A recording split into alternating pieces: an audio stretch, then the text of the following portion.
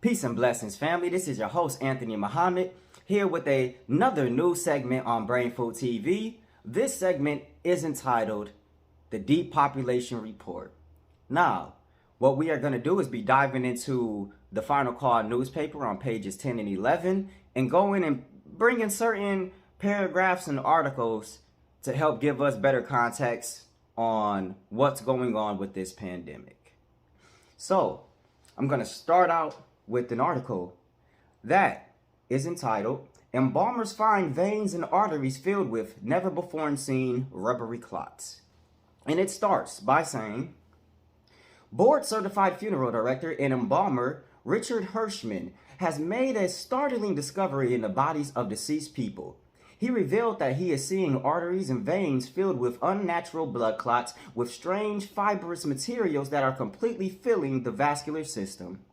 Photographs he took show unusual long, white, stringy fibrous tissue that he pulled from the veins and arteries in 50% of the bodies he and other embalmers are preparing for burial. The worm-like clots in the photos are 2 to 3 feet in length. According to Hirschman, this is unlike anything he has ever seen before in his 20 years of experience in the embalming industry. He revealed to Dr. Jane Ruby in an online interview that he had conferred with other embalmers who are also finding these worm-like structures. He confirmed that some of these deceased with these blood clots had indeed received the C19 treatment. Mr. Hirschman thought it was amazing how many people are dying with heart attacks and strokes lately and said, if one of these small fibrous tissues gets up into the brain, you're going to have a stroke. If it gets into your heart, it's going to lead to a heart attack. Of the 35 people that he had personally embalmed in February, 20 out of the 24 had these strange clots. Meanwhile, it is reported by Mercola.com that stocks in funeral homes have soared as deep rates creeped up, particularly among young, working-age individuals. Ex-BlackRock fund manager Ed Dowd pointed out a spike in mortality among younger, working-age individuals coincided with C19 treatment. Dowd tweeted about the booming funeral home industry. Quote, business has been quite good since the introduction of the C19 treatment, and the stock was up 106% in 2021. Curious, no? Guys, this is shocking as 89% of funeral homes are private in U.S. We are seeing the tip of the iceberg. It's such an interesting story compared to what has been taught and what the warning given by the Honorable Minister Louis Farrakhan and the years of warning by the Most Honorable Elijah Muhammad. Now there is proof to show that the words that we have been speaking have been true all along.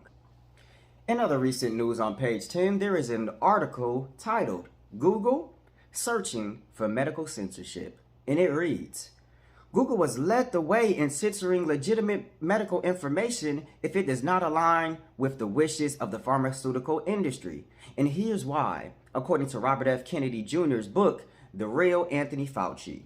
Google's parent company, Alphabet, owns several C19 treatment companies, including Verily as well as Vaxitech, a company banking on flu, prostate cancer, and C19 treatments. Google has lucrative partnerships with all the large manufacturers, including a $715 million partnership with GlaxoSmithKline. Verily also owns a business that tests for C19 infection. So even the tests that we are taking have been produced by the devils themselves to try to ill affect us as a people. And in more recent news, as we move on to page 11, the first article here on this page is titled, 2 healthy high school basketball players died suddenly on the same day. It starts by reading, 17-year-old Cameron Wheatley of Chicago and 15-year-old Devontae Mumphrey of Texas both collapsed on February 8, 2022 and died from a sudden cardiac arrest. Both families said that they were healthy and active young men before the tragedy. Their names are added to a growing list of athletes who have suffered heart-related medical emergencies since the C-19 treatment release and have been made a requirement for athletes to participate in sports worldwide. It seems like people who were completely healthy before are starting to exhibit some of the things that we see on this VAERS report. Okay? And it almost seems as if you are perfectly healthy and an active person, that you don't need this government given treatment for this pandemic. And lastly, for the news on page 11 of the Final Call newspaper, the title of this article states, Kenyan doctors say tetanus treatments were laced with sterilization drug.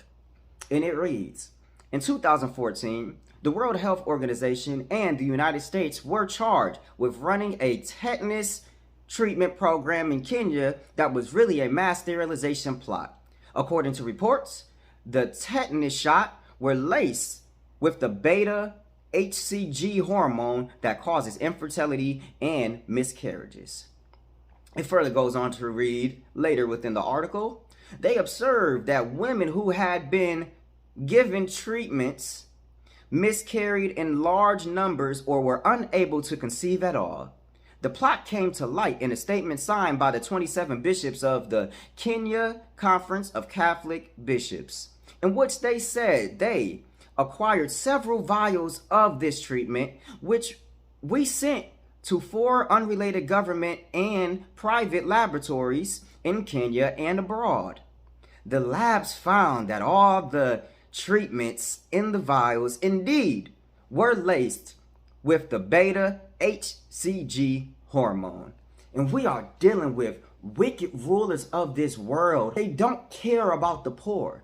They have benefited enough from the poor to where it is almost like they can discard us as trash. They want to make you more susceptible and unable to produce yourself. So, you know, the Final Call newspaper gives us so much valuable information that this mainstream media will not give us. So it's so vital that we go pick up this Final Call newspaper at your nearest Muhammad mosque and enlighten yourself. I thank you all for joining me on this Depopulation report. This is your brother, Anthony Muhammad with BrainFoodTV. Peace and blessings, family.